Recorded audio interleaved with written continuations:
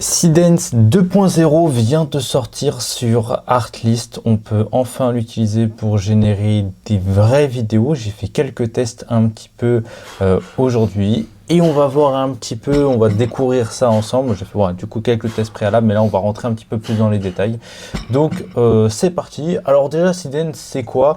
Ça fait partie de tout ce qui est les générateurs de vidéos. Avant, on avait Seedance 1.5 Pro City qui avait des résultats vraiment pas mal du tout. Et là, du coup, on est directement passé au 2.0 qui est, selon les experts, enfin tous les mecs qui font l'IA, du coup, le meilleur générateur de vidéos du moment. Du coup, l'objectif d'aujourd'hui, c'est de comprendre un petit peu comment ça marche, de tester des petits prompts hyper intéressants. Déjà, je vais te montrer un petit peu ce que j'ai réussi à faire. Alors, au début, je voulais mettre une vidéo de moi, du coup, qui faisait cet exercice-là. C'est des vidéos, enfin des photos que j'ai générées ici. J'avais généré 7 photos de moi. Alors moi, je suis sur Artlist. Donc là, j'ai généré la photo avec Nano Banana 2. Du coup, j'avais un truc vraiment plutôt pas mal du tout et tout. Donc ça, c'était vraiment cool. Et ensuite, j'ai essayé de la générer avec Seedance. Mais en fait, si tu mets des images de personnes identifiables, par exemple celle-là, et j'avais un prompt, ça devait être celui-là, un truc comme ça, voilà, on va essayer de le copier, et là je le colle. En fait, même si j'essaie de générer le truc, alors autoration on va le mettre en 16/9, le seul problème de Seedance que j'ai vu, premièrement c'est 720p maximum, voilà. Deuxième problème, c'est la durée qui consomme 5000 crédits, c'est absolument énorme, que ce soit sur iFly ou je sais pas comment on prononce ça, ou Artlist ici, ça bouffe des crédits, même si moi j'en ai beaucoup, ça bouffe quand même pas mal de crédits, donc c'est difficile d'aller loin. Et du coup, tu vois, là, c'est impossible de générer quoi que ce soit tant qu'il y a quelqu'un qui est identifiable. Donc du coup, il a dû générer quelqu'un depuis zéro. Là, je lui ai demandé un multi-shot d'une personne en anglais, du coup, qui faisait des exercices de musculation. Donc franchement, pas mal du tout. On a différents plans et on a, on va dire, une cohérence à la fois dans le caractère, tu sais, quand on a les zooms, ou même sur les côtés, même une cohérence sur les haltères. Donc voilà, quand même une bonne cohérence, ça on est content. Problème, c'est qu'on n'a pas de la HD et c'est un petit peu chiant. Ensuite, j'ai essayé avec de la voix, du coup, donc ça c'était une vidéo où on devait dire Seedance que Seedance 2.0 vient de sortir sur Artlist. Seedance 2.0. Tu vois déjà le nom Seedance en français, ça a un petit peu de mal. Et du coup, 2.0, il y a une petite faute là-dessus. Et la voix, elle est un petit peu bizarre et tout. Mais ce qui est intéressant avec Seedance, c'est qu'on peut inclure à la fois des vidéos, d'autres photos et tout simplement un audio. Donc si par exemple tu veux aller plus loin, tu vas sur Eleven Labs, tu génères un audio. Voire même en fait, tu le génères ici avec la voix off directement de Artlist. Voilà, Eleven, et tu génères ta musique, ensuite tu la rebalances directement avec Seedance. Ça peut être un truc à faire. Ensuite, j'en ai fait une un petit peu plus quelqu'un qui est choqué. Seedance.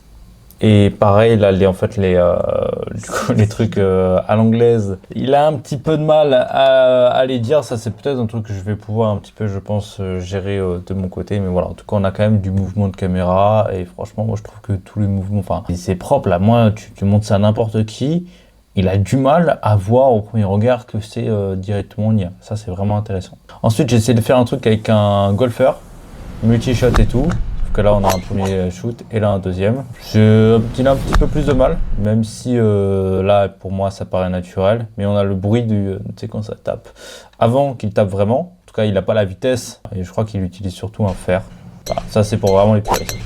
Ah non, il a un drive, donc ça va. Mais ouais, sinon la qualité, franchement moi je la trouve vraiment pas mal. Tu vois, on a du flou d'arrière-plan, on a encore du flou d'arrière-plan, un contraste, une golden hour et tout. Moi, je trouve ça pas mal en termes de qualité visuelle derrière. Et ce qui est intéressant aussi avec ça, c'est que du coup, tu peux choper, tu sais, tu vas en post-prod. Oui, il faut passer peut-être par de la post-prod au bout d'un moment. Tu vas en post-prod et derrière, tu essaies de faire un truc plus pro, de découper un petit peu les différents shots qu'il t'a fait et de pouvoir construire quelque chose de plus intéressant. Mais je crois que c'est moi qui lui ai demandé de faire des shots de 1 seconde max. Voilà, entre 0,8 et 1 seconde par shot. Voilà, ça c'est à toi de voir un petit peu ce que tu veux. Là, c'est celui qu'on a essayé qui n'a pas marché. Ça, c'était un autre qui a complètement pas réussi à le faire. Donc voilà, on a quand même quelques trucs intéressants. Maintenant, on va essayer d'aller plus loin et faire tout ce qui est... parce qu'il ne peut pas nous reproduire notre visage, ce qui est un petit peu dommage. Alors, je ne sais pas si c'est par rapport à Artlist ou tout simplement par rapport à Seedance. Mais du coup, parce que là, tu vois, pour l'instant, il ne peut pas le faire. Donc, c'est un petit avertissement qu'ils ont donné. Mais du coup, on va essayer de générer une scène de quelqu'un, je pense, voilà, qui pourrait me remplacer. Un petit truc comme ça. Donc on va faire ça. Ok, donc là je vais demander de me faire un prompt assez propre d'une personne qui peut faire un petit peu une présentation du coup d'un produit et tout. Donc là avec le texte en français et tout. Donc là on va essayer de lui balancer ça. On va vraiment voir ce qui peut nous sortir. Donc là on laisse tout en auto, on balance, on va voir ce que ça va donner. Ok, c'est parti. Donc là je pense qu'il va nous générer, j'ai mis auto-ratio sans faire exprès. Il va nous le générer dans un format qu'on n'a pas envie d'avoir, mais bon, c'est pas grave. Comme ça fera office de test. Mais tu vois, une seconde de truc, ça bouffe 1000 crédits. C'est un petit peu short, mais du coup, si on va maintenant, on réduit un petit peu la qualité. Si dans 1.5 Pro, 4 secondes, on a 320 crédits. Tu vois, donc là, si je suis à 7 secondes, au lieu de 1000 crédits, voilà, on utilise quand même beaucoup moins de crédits. Attends, on était à 7000 crédits, là je suis à 560. Ah oui, d'accord, on utilise quasiment 15 fois moins de crédits, ce qui est pas mal du tout. Si par exemple là je vais faire une vidéo de 12 secondes, c'est quoi, on va faire ça? Une vidéo de 12 secondes de ça, pareil, 960, c'est parti. Et là je vais essayer de faire, pourquoi pas, ouais, on va bien voir. Donc là déjà il nous a mis le bon ratio, donc c'est important de mettre le bon ratio directement. Donc là on a Seedance 2.0 contre 1.5. Et je vais essayer de lui balancer une vraie image de moi face à un bureau et tout. On verra bien ce que ça va pouvoir donner. Voilà, donc là j'ai chopé une image. On va tout de suite lui envoyer avec 1.5. Et on va laisser ça traîner quelques minutes, histoire que ça génère tout. Et on se retrouve tout de suite. Ok, donc là on a les trois. Alors on va commencer par celle-ci. C'est celle de Seedance. Ça fait 30 jours que je teste ce produit. Et je vais te dire exactement ce que j'en pense. Ok, ça fait 30 jours que je teste ce produit. En vrai, c'est intéressant parce que déjà, il a le produit ici, le micro est bien focusé. En gros, on a un setup YouTube de base. Par contre, le son, il a du mal, c'est pas dynamique et tout. Ça, c'est un truc qu'on peut gérer directement en envoyant un fichier audio en même temps. Mais ça va être du coup que des rushs de quelques secondes maximum. Mais encore, c'est Seedance 2.0 et ça consomme encore trop de crédit pour pouvoir être utilisé à long terme. Moi, si je fais beaucoup de vidéos un petit peu review comme ça de produits et tout, et ça peut être intéressant quand on aura assez du coup de crédit, qui sera évidemment moins cher, de pouvoir produire des vidéos comme ça en plus grande quantité. Mais à ce moment-là, YouTube sera rempli de ce genre de vidéos-là, donc ce sera un petit peu moins intéressant. Bon, celle-là. Ah oui, c'est vrai, on n'a pas de son, ce qui est un petit peu dommage. Donc là, on a un homme qui nous présente un produit.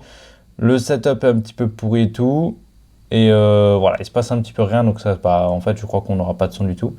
Là, pareil. Ok, donc là, j'avais un produit qui se transforme en caméra. C'est pas du tout bon. Ok, sinon, 1.0 a beaucoup de mal, pas de son, alors que là, le 2.0 a beaucoup de son. Donc ça, c'est intéressant déjà, mais ça va du coup consommer pas mal de crédit. Après, si tu es du coup dans tout ce qui est, parce que leur objectif, c'est d'atteindre toute l'industrie du cinéma et Hollywood et tout, je pense, c'est de pouvoir remplacer des shots à plusieurs millions d'euros. Donc là, je pense qu'on va pouvoir faire un truc, c'est... ah ouais. Ok, donc là, je sais pas si tu as vu le film F1 où tout simplement, tu avais la caméra qui arrivait en suivant du coup la F1 sur la piste. Je lui ai demandé de me recréer très rapidement le même style. Je ne regarde pas du coup le prompt parce que du coup, on va essayer de faire ça en mode extrêmement rapide. Donc on va mettre Seedance 2.0, audio, ok, là on a tout, et là je pense qu'on va pouvoir juste upload une petite... non, on va le laisser comme ça, il va se démerder, on va reprendre 7000 crédits, ça commence à piquer, et on se retrouve tout de suite pour le résultat. Ok, donc là on a eu le résultat, on va le voir tout de suite.